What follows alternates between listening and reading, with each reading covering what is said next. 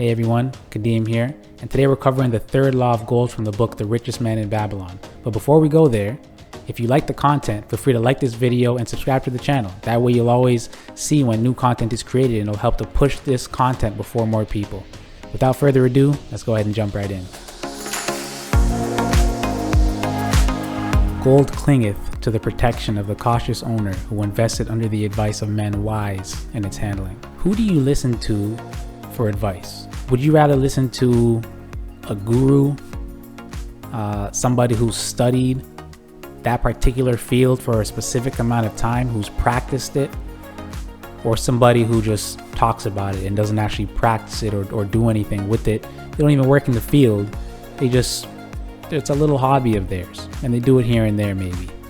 Or they have no experience at all and they're just telling you what to do with your money. Meanwhile, they're not doing anything like that with their money. You tell me, who would you rather listen to? Because I know when it comes to certain areas of my life, anything really, I want to make sure I'm getting advice from the right people. I'm not going to listen to somebody who is extremely, let's call it extremely skinny, or on the opposite side of it, let's say they're obese and they're talking to me about proper health, how to properly work out, how to properly eat, and so on and so forth. I'm probably not really going to take heed of what the person is saying because you're showing me something different than you're telling me. I've heard this saying before, I could show you better than I can tell you. So I want to ask you again, who do you take advice from? Because I find a lot of people will sit there and say, oh, well, my friend said X, Y, and Z. Okay, great. Who's your friend again? What do they study? What do they do? What do they work in? Have they ever studied finances? And this law of gold is basically saying exactly that. Who are you taking advice from? Because if you are not taking advice from people who know and understand how to manage their money when it comes to your finances, if you're not taking advice from these people, you're probably in the same or worse of a situation than they are. Who are you taking advice from? They say you are the average of the 5 people you hang around. If they make $50,000 to $30,000 a year, you're right in that range as well. And it's not just finances, it translates into different parts and areas of your life as well. But you are the average of the 5 people you hang around. So that being said, if you're taking advice from specific people, you're not necessarily going to get much further ahead than they are. So if they're not disciplined in their finances, they're not putting their money in the right places, they don't have the right type of accounts, right type of investments open, then it's likely you're going to end up in the same position. Much less, how can you verify what they're saying? There's no verification to what they're saying. For all you know, they got it from somebody else. It's hearsay. So I caution everybody to be careful who you listen to and what you listen to. For example, if you just listen to the news, that might not be the best situation because you're pulling your money out of the market when the market's crashing. Guess what everybody's doing when the market is down? Those who understand the market and who know that if you look at the history charts for the past however many years, the market always corrects itself. It has always come back. It might go down, but then it will correct itself. So when the market is down, that is when a lot of the wealthy people and those who understand the market put all their money into the market because they know it's going to come back.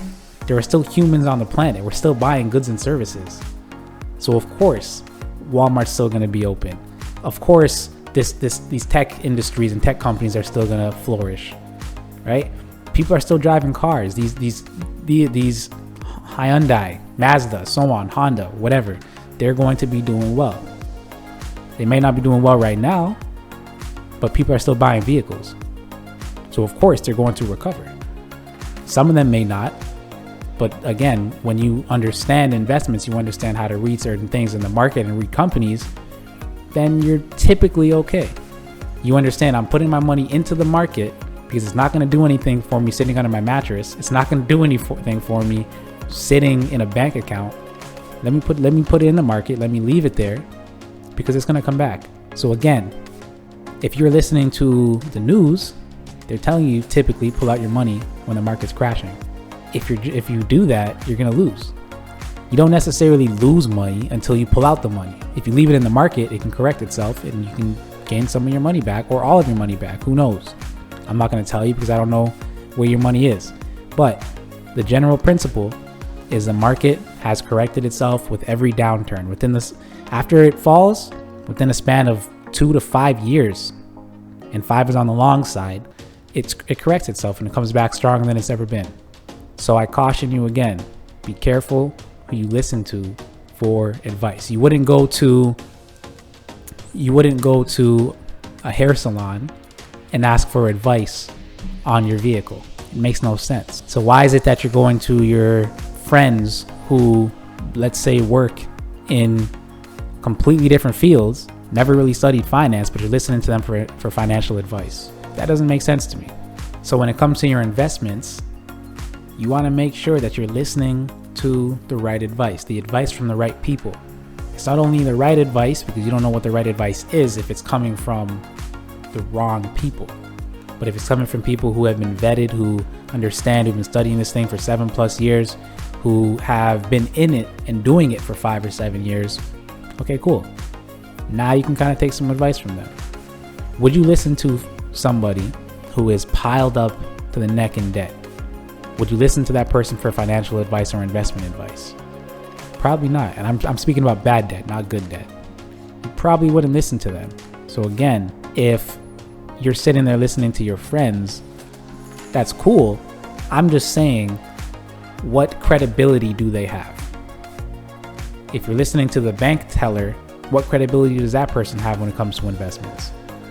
No disrespect to anybody, but the bank teller, who knows, right? Just because they work in a bank doesn't necessarily mean they know what to do with money, with investments. And I'm not going to go there, but their job is really to open accounts for you and meet their quotas and so on and so forth. I'm not going to go down that route. But again, be careful where you get advice from. Financial advice, health advice, mental advice, right? Whatever advice it is, just be careful where you get it from. Challenge your thoughts and do your research. Challenge the thought, not only your own thoughts, but challenge the thoughts of others as well. Seek advice from the right places. When you seek advice from the right places, you're likely to get the right answers, the right solutions, which can lead you to the destinations where you're headed. So that's it for me, everybody. Kadeem here.